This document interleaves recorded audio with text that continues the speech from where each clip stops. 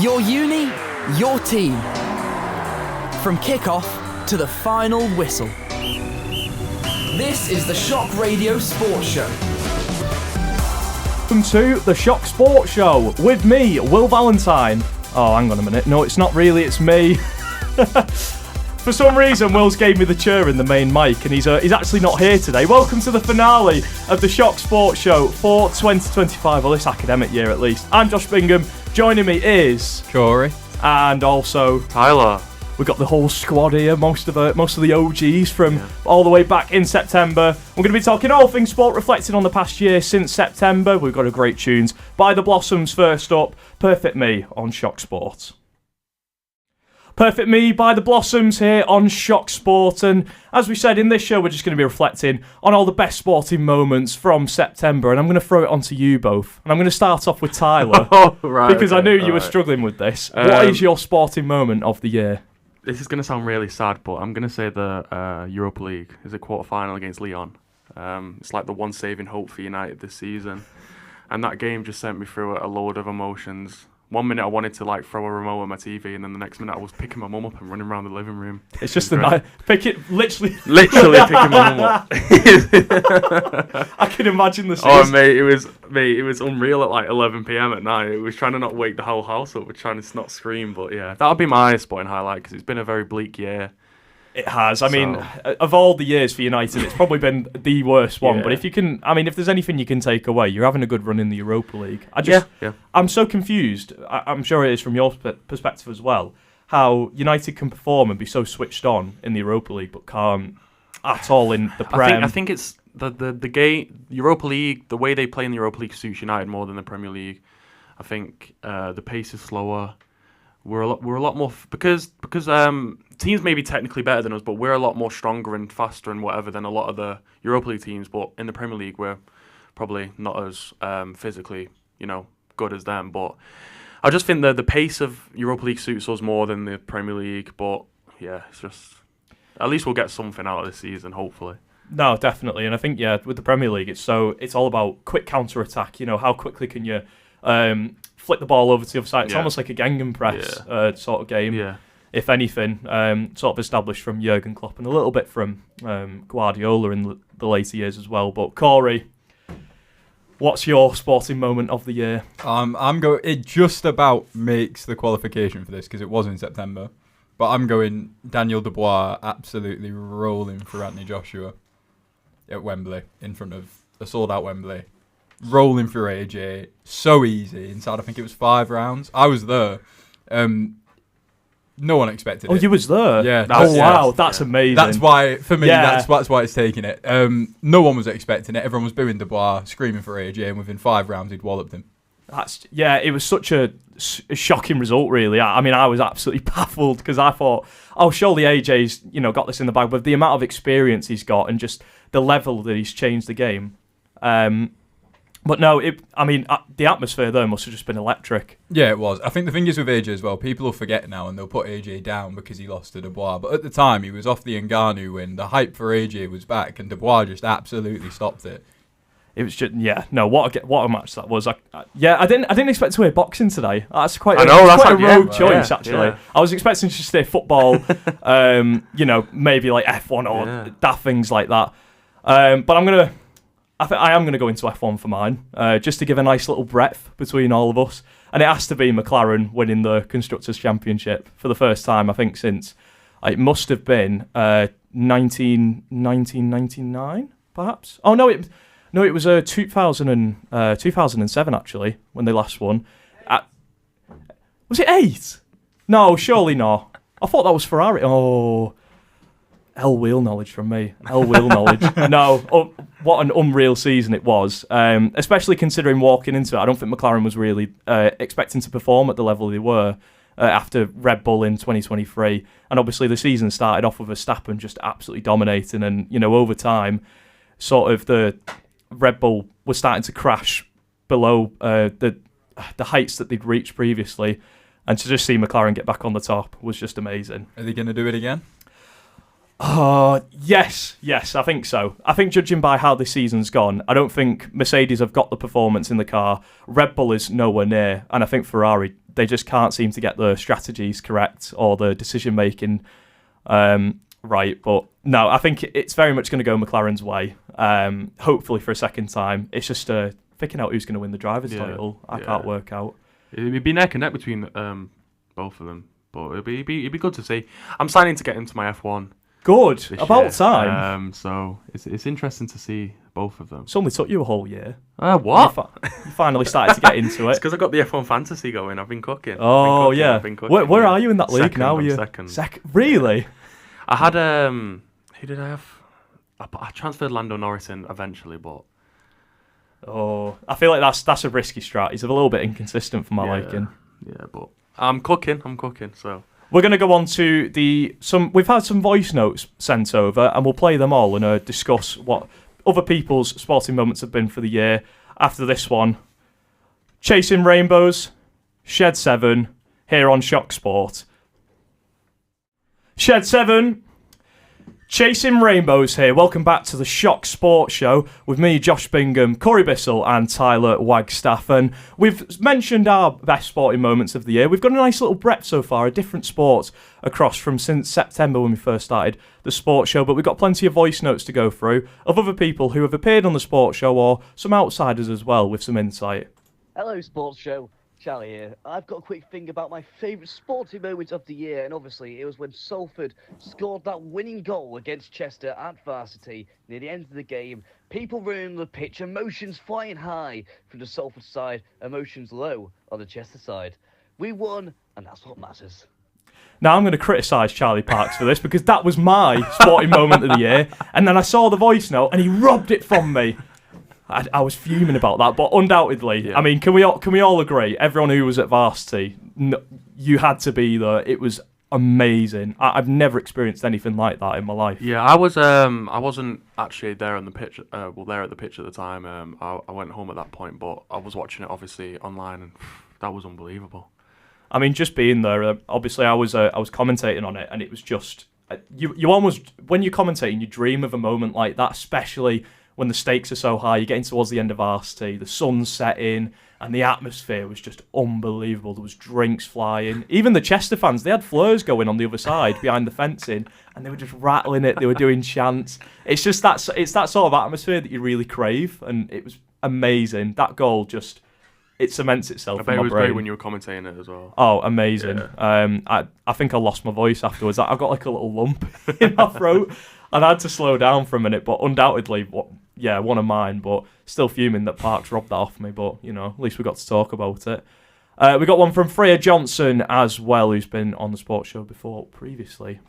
Hi, Will, and everyone down at Shock Sport. It's Freya here. You asked me to give you my sporting moment of the year, and it's a bit biased, but it's definitely got to be when the Salford women's girls team won Varsity for the very first time. We'd never been to Varsity. We didn't know what to expect. We scraped a team together and we managed to win the whole first game within 15 minutes. And I could not be prouder of them. Well, first of all, I'd like to address the elephant in the room. This is not Will in the room. Really? So cheers, Freya. I know, it's hard to tell, isn't it? Because my impressions were just so good before. Uncanny. But, I mean, did anyone watch the cricket game? Because I wasn't there at Varsity Seconds, but I did watch the game afterwards, and it was fantastic. Yeah. I mean, the way that they wrapped it up in 15 minutes. I mean, you expect a cricket game to just go on and on, and it was wrapped up like that in a click of a finger. Yeah, I worked with Freya on, what did I do? Volleyball on Varsity, and she was telling me about it, and it just sounded like, they went there. People from our uni went. People obviously from Chester went. It was just to start Varsity. It was great to just start off with a bang like that. Yeah, we've got a recurring theme here. I don't think anyone from Chester will be too happy listening. I think they're still grieving. No, honestly, did you see? Because I think it got to, we were on netball, and it was the last game of Varsity, and already loads of the Chester fans were just on the coach home. It was just that's the thing. Similarly to the cricket, I mean, we'd done them early doors. Yeah. There was no hope. Absolutely. I mean, any cricket fans here? Because not really. It's not a sport that I tend to get into. To be a massive cricket fan. Yeah. Oh, we've really got to. Great atmosphere for Next us to year. talk about this. I mean, my impression of cricket is that the games are meant to last like days. Yeah. Not 15 minutes. I can't do that, honestly. I can't sit there and watch it for like hours and hours. But if it lasts 15, I'll do it if it's 15 minutes. I agree. Yeah, 15 minutes. That's So that's our challenge, I guess, to the cricket team next year. We'll put that in the notes. More cricket coverage. We'll try and be an open book to more sports next year as a team. But we've got Jodie Keane as well, of course, the previous head of sport, with her best sports moments, and I think I can guess what this is going to involve. Any predictions, boys? If I hear Aston Villa, Aston Villa. I'm going to tip the table. Is that what is Jodie an Aston Villa fan? Oh, massive, absolutely massive. Just you look at her Instagram page, and it's just I've never had the pleasure of meeting Jodie. I have no idea. Get to know her after this. Hi, Shock Sport. My sporting moment of the year has to be John Duran's goal against Bayern Munich in the Champions League for Aston Villa on the 2nd of October. I can even remember the date. What a strike. I think about in the 70th minute to put us 1-0 up and win the game against Bayern Munich in our first Champions League home game back after 40-odd years. So, yeah, that is my moment of the year. Well done, Tyler. You Get win. in. The table's getting tipped. You won absolutely nothing. What a strike indeed.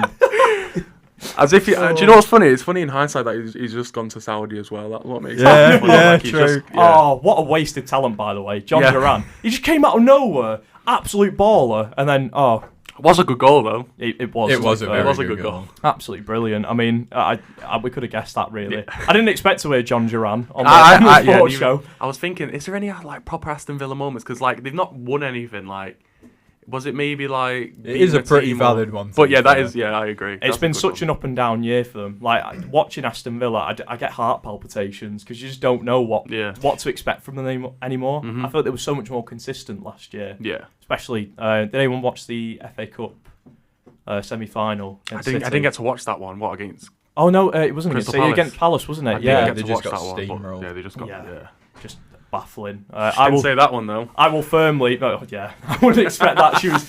Yeah, I think there's still a bit of salt in the wound after that. Yeah. I will be wearing a Crystal Palace shirt though on the FA Cup 100%, 100%. Obviously, I will. Yeah, I mean, I won't be wearing a Crystal Palace shirt, but I will be back in Palace certainly. I'll paint my white t-shirt, red, red and blue. It's like the uni budget that we're on. I'll laminate an eagle and blue tack it on the shirt. The uni budget.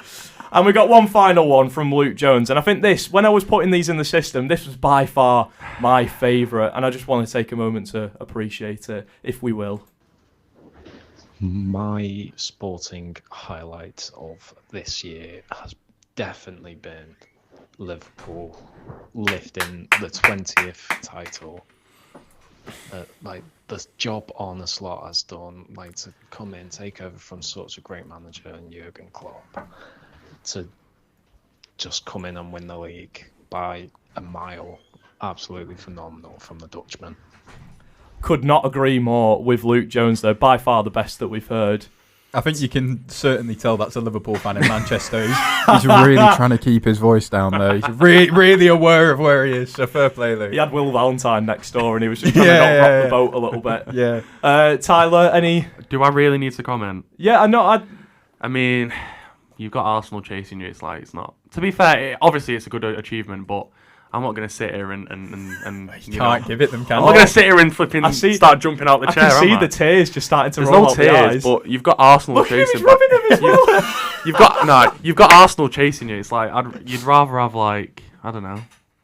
You'd rather have Stephen Hawking trying to chase you or something, because at the end, you've got Arsenal. What? Obviously you're going to win the league. That's one for the blue. But no, honestly. No, it was a good achievement. People when Arne Slot came in, people was like, "Oh, is he gonna be able to do what Jurgen Klopp can do?" But do you know what? He's done great. So you've got to hand your flowers. But it has only been 2 Premier Leagues, so it's kind of like, can you really 20, claim? Can you claim division titles? Can you claim 20 titles if 2 of them are You can't sing 20 times anymore. Well, so you've lost probably your best We'll just chance. sing 13 times Prem champions or something. I don't think that quite rolls off the tongue. No, it doesn't. No. This is why I like having a neutral in. Why don't we have why don't we all just sing it? Well, what do you reflect on the league this year, Corey? I think Slot's come in. He's turned you from this team that were great at a certain thing, in being so mental and so high intensity, and he's just tempered it a little bit. What he's done with Gravenberch is unreal.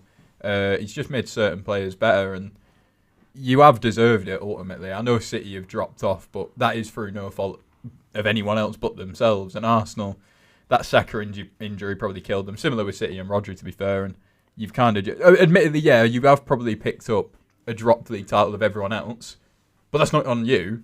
You've still done your job, so yeah. I mean, agree it's with that, even from a Liverpool fan's perspective, you look at it and you're like, I didn't expect it to be such a walk away, really, because we took a control of the league by week 4. We had City and Chelsea up for a little bit.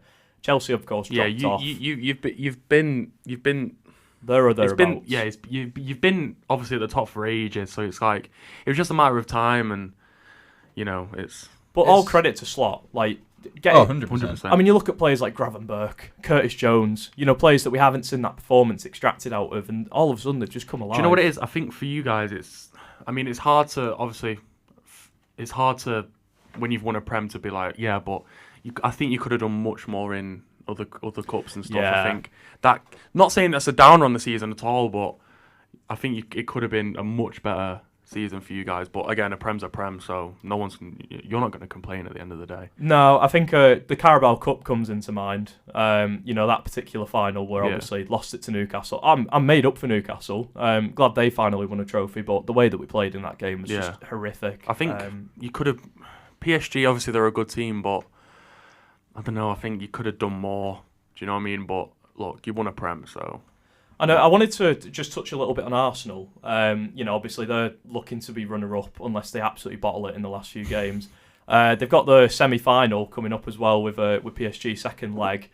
They'll be going over to France. I mean, we're seeing this with Arsenal so many years in a row, where they're always just second best or they're just not enough, and they have a little bit of a drop-off.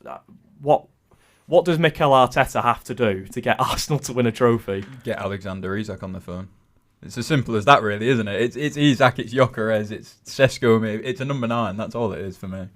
No, 100%. And I think it's such a shame because Gabriel Jesus, he had the potential. He really did. But he just gets so injury-prone all the time. I mean, Tyler, obviously, Arsenal's a touchy subject for a United fan. But I just don't think Mikel Arteta's the man for them to really push on to that league title. I think, obviously, he's done a great job when he took over to where they've got now, but what have they gone 5-6 years without a trophy? It's like, how many times is it going to be, oh, but we got second, we almost won the league. How many times is it going to be that before you really look at Arteta and go, do we need that next level of manager to really, So who's the alternative? Who's that next best? Beats me. I think Arteta is the one. I think they had a really good recruitment policy for his first 2 or 3 years, but I think the last couple of years it's let him down. I think people like Zinchenko came in and did really well for that year, but long term it's not really done them any favours. And Jesus, the injuries have obviously probably killed him off, and they've just not bothered to sign a number 9. I worry for Saka as well. I think we need, to be fair, it might be a bit harsh for me, but yeah, we probably need to see what Arteta can do with an actual proper Arsenal team, with an actual number 9, and the biggest players not getting injured for half the season like Saka did. I think we need to see what they can do with a full strength team before maybe one more year of a full strength team to see what Arteta can do. And I think it's not even the league. I think they just need a trophy, just something. Yeah, they need to be quick as well, I think, because it won't be long until Real Madrid are picking up the phone to Saliba telling him to do what they've done to Trent. It won't be long until they start doing that kind of thing with Saka's and Salibas. So they do need one quick. Mm-hmm. I think they literally just need to go big for a striker this summer. And I think that's frightening for a lot of top teams because Madrid is arguably going into a transition phase where they're going to be, it's very much out with a lot of old players, in with some new ones. We're seeing that, obviously, Trent is bound to make a deal anytime soon. That £1 million offer to get him a week early. I've heard it's only 850,000. Yeah, because they want him for the Club World Cup. You guys should let him run until that last second of that contract. It's so petty from Madrid. It's brilliant. No, it's so harsh because you're looking at it and he's leaving on a free. I feel like that's the one little thing that I'm upset about, that we're not effectively getting any profit off of Trent at all. Yeah. We're literally losing him on a free. And, FSG, they don't tend to splash cash very often, so the fact that we're getting no income as well to potentially pump back into the squad, because you could easily get near enough 100 million. Yeah, 100%. Yeah, this I idea think that so, yeah. tapping up isn't a thing that happens in football is such an oversight. Yeah, 100%. It happens all the time. And like I said, it will happen to Saliba if Arsenal don't hurry up and start dominating. It does baffle me how Saliba's still in that team. It really does. Like, because they're a good team, aren't they? Like it's again we've pretty much mentioned about the injury problems that they've had this season, and that's the one big factor that's made the season not as successful as it could have been. I mean, again, look, we're saying this, but they're only 1-0 down to PSG. I know it's a hard task, but at the end of the day, they're in a Champions League semi-final, 1-0 down. You don't players. Saka's coming back. You know, you never know what could happen, but again, yeah, it'll be a matter of time before, you know, these big teams will come for Saka, come for Saliba, come for whoever as well. yeah, it's very much a case of urgency. Yeah. Get something on the board now. Win a trophy. Even if it's a Carabao Cup, like you see what Newcastle won the Carabao Cup, and that, you know, I mean, we don't know whether Isak's going to stay or not, but that'll be a good reason for Isak to stay. You know, they've shown that they can win these trophies. They just need something. Yeah, I'm convinced Isak is probably going to go this year. He's not a player like Bruno Guimaraes as well. Again, he's amazing, and he could easily walk into a City or, you know, a high level team. But he's so committed to the badge, and he loves the Newcastle fans so much. You see it all the time. I doubt he's going to leave that club because he's got a real place. It depends in where Trent. You'd have said the same thing about Trent, though, wouldn't you? Trent's a different case, I find, because he has been with the club for from youth levels for 20 years. But that's what I mean. If Trent will go on a free, Bruno G will go if it comes to it. Perhaps in a couple of years. I think right now, though. Where do you think Isak goes, though? Because that's like minimum 120 million. Comes to Liverpool. You're not spending that money on Isak though. Actually, we don't know this year because we're here. I mean, it's all speculation, as it is in football. But Slot might be getting a decent budget. And in fairness, he's not signed anyone other than that. I'm not going to try and pronounce his name. Gigi, Mamadashvili. Yeah. The new goalie. Yeah. He had that on lock then. I'm impressed. No, I was not even going to attempt that. I was like, I'm going to butcher it, guaranteed. Obviously, he was the only signing we made other than Chiesa for really cheap deal. Yeah, 12 million, was it? Yeah. And he's probably off again. Yeah, he seems. He needs more game time.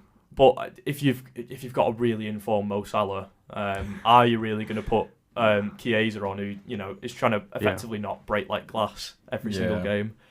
But we'll be catching up more on the Champions League a little bit, because obviously we had that second leg just yesterday, and of course we're going to be pre-leading a little bit to PSG versus Arsenal. But first up, we've got an absolute tune for you here. Hand in glove, the Smiths. Proper Salfordian tune for you on the Shock Sports Show. Even an end has a start by the editors on Shock Radio. Welcome back to the Sports Show here, and we're going to be touching on the Champions League because we're getting towards the end now. It's getting a bit blurry, and can we talk about Barcelona-Inter? Oh my word, what an amazing two-leg matchup that was.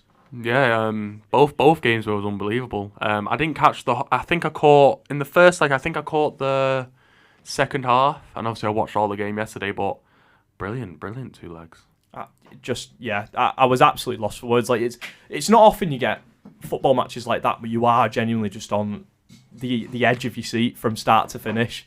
I mean, Corey, what was your take on all of it? I'm with you on that sentiment, especially as a neutral. As a neutral, to be so invested in a game, even when Yamal hit the post in extra time, I was convinced he was scoring again. I was convinced we were going penalties, but it weren't to be. Yeah. Obviously, Barca have been, along with PSG, probably the team to beat really this year, and I'd have a word for Inter. Inzaghi's dumped them out. Oh no! Well, it's a testament to Inter, isn't it? Really. I mean, when you're turning up to San Siro in a Champions League semi-final, it is intense. It's tough, and obviously when they went over to Barcelona, it ended in a draw. It was a really intense game, so it was all to play for. But I mean, I can't help but feel a little bit heartbroken for Barca a bit, because there are so many young players on that squad, especially like Yamal, of course, never really made it that far other than winning the Euros with Spain. I did feel a little bit heartbroken for young players like that, because it's so destroying. It is a testament to the academy though, and you know they're all young, so they'll be there again. But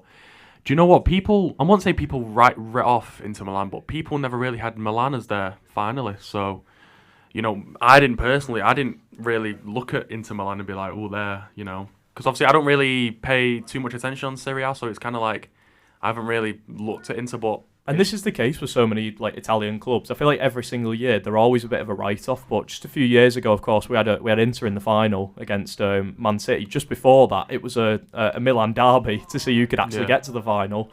Obviously, I think a lot of Italian clubs aren't maybe at that level that we saw Juventus a few years ago, and back in the noughties when you had AC Milan and Inter at their absolute peak. But they do tend to get written off quite an awful lot. I can't really work out particularly why. It's more just looking at like your brain sort of goes Premier League clubs because you see them the most, and then you go Madrid and Barca, and they kind of just get tucked away in the background until they make it as far as they make it, and then you focus on them. But Inter are a great team. Oh, absolutely, and especially I just find the defence is just incredible. And you've got players like Denzel Dumfries. What a season he's having as well. Just amazing as a right back. Stereotypical Italian football though, really, isn't it? Centre backs just being hard hitting, like defence being solid and steady, and it gets you through. It's a physical league, and I think that really puts them in good stead when they come to the Champions League, because you get a lot of I think La Liga and like the Prem, they're in a very different mindset. It's very much about fast counter attack, really like tricky wingers. You don't really get that in Serie A. It's very much possession football. Hit them hard at the very start, get them on the back foot, and just control the game from there. Yeah, but it's hard to, because obviously I said it again, but I haven't really watched Inter at all this year. But obviously you hear about Lautaro Martinez having a great season. I don't know what he's called. I think he's called Bisek. I don't know where. I think he's a yes. Is he? I think both legs he stood out to me as a real good player. I think obviously you touched on Denzel Dumfries. I think he had a great. Even the whole team, but the goalkeeper as well yesterday, especially in the latter part of extra time, that little 5-minute period where he did the save Yamal when he almost scored. Obviously Yamal hit the post, but there was a save from him, and then the open net. I don't think that was in extra time, but the open net save where the Barca player should have scored, but he saved that. I think he had a great game. I think Jan Sommer is comfortably the most underrated goalkeeper of our generation. Oh, 100%. By a long way. He's had to... I don't know what to say, really. I agree. Definitely underrated. And, it's great that he's finally getting that recognition, I suppose, in like times like this. Obviously, again, it's just a lot of Serie A players just get overlooked, just in general. But it's great to see Inter in the final, of course. Yep. Just to touch on the other side of the semi-final, PSG Arsenal. As we know, Arsenal have got work to do when they go to the Parc des Princes. What are our predictions? I think I can guess in the room what the general consensus is. I'm really unsure on Arsenal PSG, because on one hand I'm like, I would have, in my head, if you'd have asked me beforehand, I would have said that Arsenal probably need a lead, or at least be drawing going into the second leg to have a chance of getting through. But with it only being one goal, I don't know. I can see a world where Arsenal can just sort of do what they do best in the Champions League and sit back and counter and manage to just about squeeze through. Maybe even on like penalties or something, but I can just see it. I mean, I wouldn't...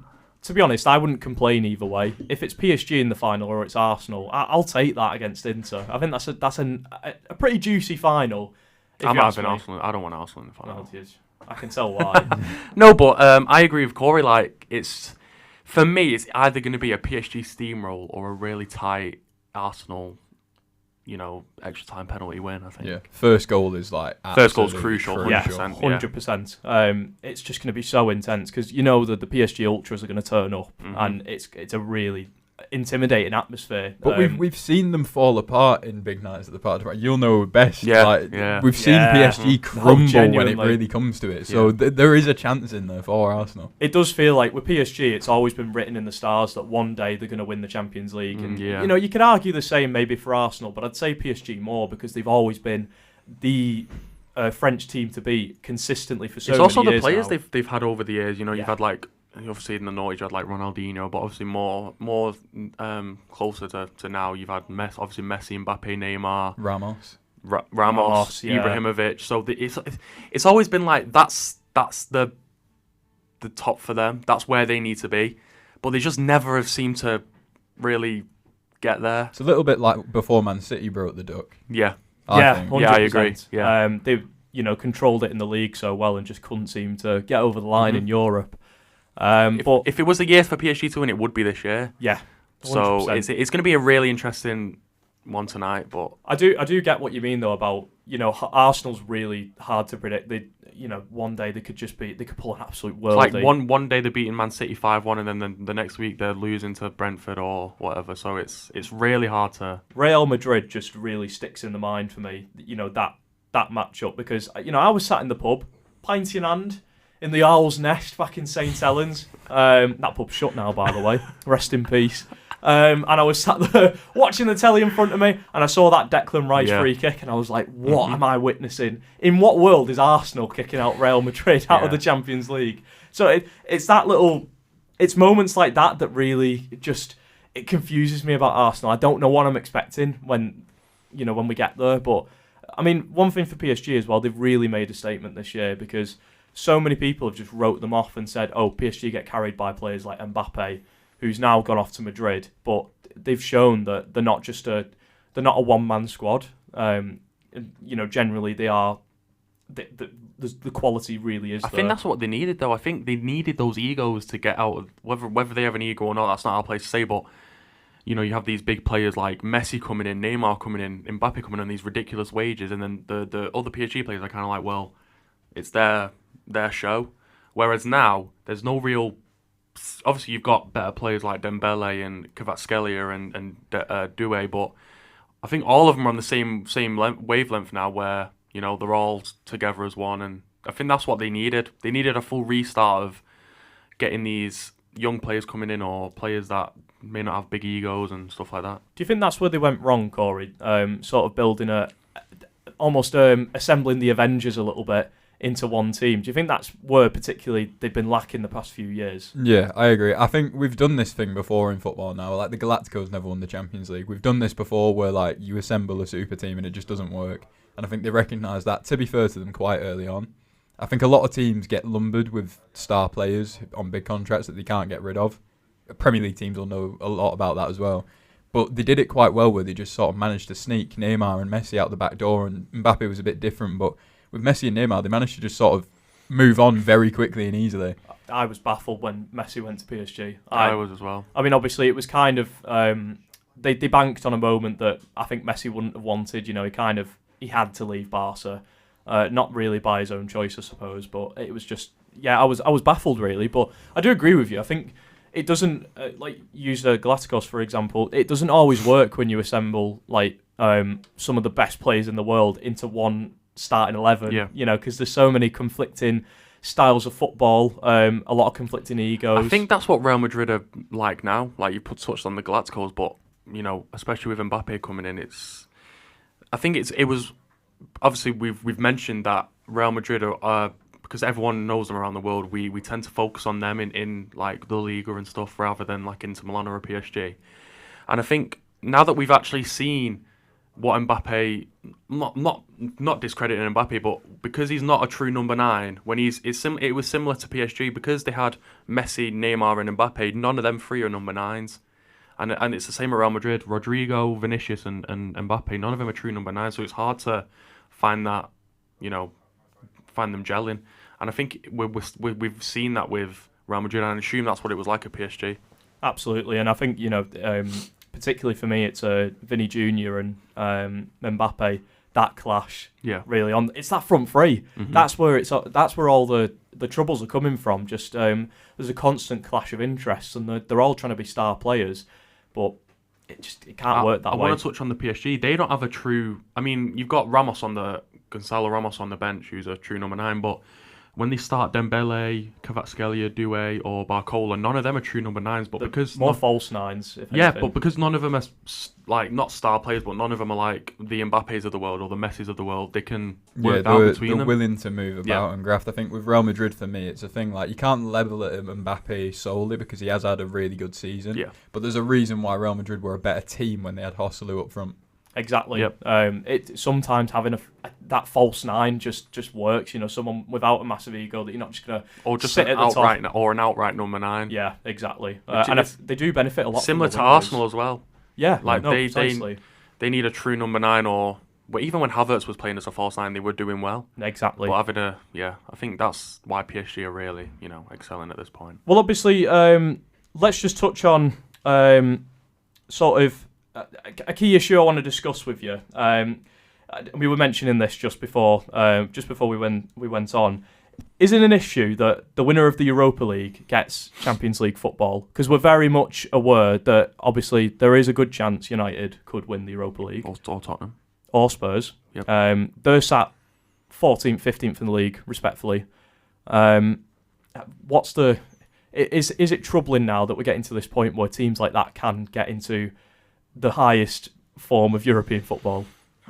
No, I don't. You can't chop and change the rules just because of the teams that are coming into the Sorry, final. my bias detector is going off the charts. No, but it's what I think Arsene Wenger, if it was Bodo Glimt and Bilbao who were in these positions instead of United and Spurs, he wouldn't be like, obviously Bilbao and I assume Bodo Glimt, they're not the position that United and Spurs are, but No. we've gone unbeaten in Europe. It's not like we've got 0-0 draws up until the league phase, and then we just got through the playoffs to get into the knockout stages. Then we've gone our way through the knockout stages, barely winning. I think for me, we especially in Europe, we deserve to be where we are. We've not, like I just said, we've not snuck our way in, and I think Spurs are the same. It's not like we both finished in the top 8 of the Europa League. I think it was 2nd and 3rd or something like that. So I think you can't just chop and change it because of where we are in the league. Yeah, it's obviously a disappointing season, the worst season I've ever seen as a United fan. But I think we deserve it in Europe, in my opinion. Yeah, I've got two main issues with what Wenger's said. One of them being like realistic. Like no one's going to care about the Conference League and the Europa League if the point is that you go from one to the other when you win it. Like realistically, if United are 6th and they're also in the semi-finals of the Europa League come May, and the Europa League doesn't get them into the Champions League, they're just going to forget about it. And suddenly you're going to play your first team in the Premier League and your second team in the Europa League. So that as an idea just doesn't work. And even just like logistically, it's UEFA and it's the FA. You can't get them to they can agree on things, but it's a different competition. You can't just they can't dictate the rules of UEFA based off of an FA standing. I'm not saying it's similar, but it's like when you guys lost to Plymouth in the FA Cup. You guys clearly didn't. No, this is not me disrespecting. No. You guys didn't field the full team. Mo Salah wasn't playing. No. Are we now going to say because you guys did that to potentially focus on the league or think you may go through for Plymouth that you guys are like, oh, they can't win the league now or whatever? It's just, you can't chop and change just because of who the personnel is with out there. 100%, and I agree with you totally on the idea that Europa League and the Conference League very much become pointless if there's no sense of promotion if you win the respective leagues. Because obviously, it gives an opportunity for a lot of smaller European sides to get that chance. I mean, look at Frankfurt a few years ago when they won the Europa League. They got promoted up to the Champions League. Obviously, the big issue with the Europa League was when Sevilla was just dominating for how many years. But we see in cases like that where a really solid European side that maybe you'd overlook a little bit and can't necessarily always get the consistent performances in the Bundesliga, moving their way up to the Champions League. For me, I think it's the personnel that are involved in the. I think if it was any other team other than United and Spurs, I think no one would have an opinion on it. But just because of how bad we're doing, I can kind of see where they're coming from. Like, you're so bad in the league, why? But like you both have mentioned, if there was no point of, it's similar to the Championship. Like, what would the point of finishing in the playoffs if you can't, if it was top 3 instead of playoffs, what would be the point of trying to go for that place? Exactly. So it's you need to have that because we've seen teams who won the Europa League and then gone to be big. I remember when Chelsea won the Europa League when I think a couple years or just before they won the Champions League against Bayern Munich. So it's I don't know. It's just, for me, it's a pointless argument. For me, it's just because United and Spurs are there. We'll hold that thought on the playoffs because we will be talking about a particular team close to home that may have a bit of a sour note on playoffs after this one. She does bang the drums sometimes, I've heard. Stone Roses on Shock Radio, the sports show. Oh, hang on, I'm going to do my Will Val impression. Yeah, Statmos, She Bangs the Drums by the Stone Roses. Welcome back to the Shock Sports Show with me, Will Valentine. And before we wrap up, can we just talk quickly on Salford City? Disappointing. Do we have to? Unfortunately, It's very disappointing. Yeah. How do we draw to Carlisle? How? I did warn you last week that they've got ex-Wigan Yeah. players in there and that they aren't a bad side. Well, I did say we said. I mean, League Two, unpredictable. Yeah. Yep. If I had a quid every time I said that, I'd probably have about 15 quid. But no, it's just I can't believe my eyes. Honestly, it's so close. A point just separating us from getting maybe to the playoffs, getting an opportunity. And unfortunately, we're missing out for another year. Yeah, I think the biggest thing that backs what you just said up as well about it being unpredictable is that the team that you thought would have taken the playoffs away from Salford isn't. It's Chesterfield who came in from like 10th. Again, ex-Wigan players. They've half of their squad, their manager, their assistant manager, everyone there is pretty much ex-Wigan. So they've come in and absolutely robbed Salford at the last moment. Oh, I bet you were laughing though, all your ex-Wigan players. Well, it was actually a Will Grigg goal. I don't know if either of you are familiar. So I was quite. I didn't know how to feel really. On one hand, I thought, "Oh, Salford aren't in the playoffs anymore. That's gutting." And then I checked the results and saw Will Grigg had scored. I thought, you know what? Maybe I can live with that. Oh, defence is terrifying. Yeah. Oh gosh, that's what a that's throwback. a splash from there. That's a blast from the past. That. Well, hopefully for Carl Robinson's side, maybe next year. But we said that we would have been saying that 2 years ago, and then they were fighting for relegation. So, joy to the world, eh? Yep. Well, that's it. The year's over. And before we wrap up, Will, come in here, you sausage. Where is he? Get it. Flapping you. it on the last Hey, episode. Speech. Any last words before we pack up and go on holiday? Sport's been good this year, There's been a lot's happened. A lot's happened that's been really good. I've enjoyed it. But recently you've had the Masters. It was superb. Mm-hmm. Formula 1 last year was great. Football on a whole has been great. Nah, you're laughing, but it's fine. I've had a good time. I agree with you. I've had a really Anything good time. about Shock Radio at all, Will? Well, this is the sports show, mate. So Any thank yous? Anything to anyone? Anything? No. No. I'll thank me mum. Oh, what an NPC response. It's not NPC. Yeah, it is. Leave my mum alone. Shout out your mum, to be fair. Whoa. What an absolute... We'll be back again in September. We'll all be back second years, won't we? We'll all be doing a lot more. We're Yeah, gonna probably. hopefully have a little bit of a podcast with real guests next year. On that bombshell. What a throwback. It's been the final Shock Sports Show of the year. I've been Josh Bingham. I've been Corey Bissell. And I've been Tyler Wagstaffe. And I've been Will Val. Anyway, right, that's it. I've had enough. I'm going on holiday. Ta-da.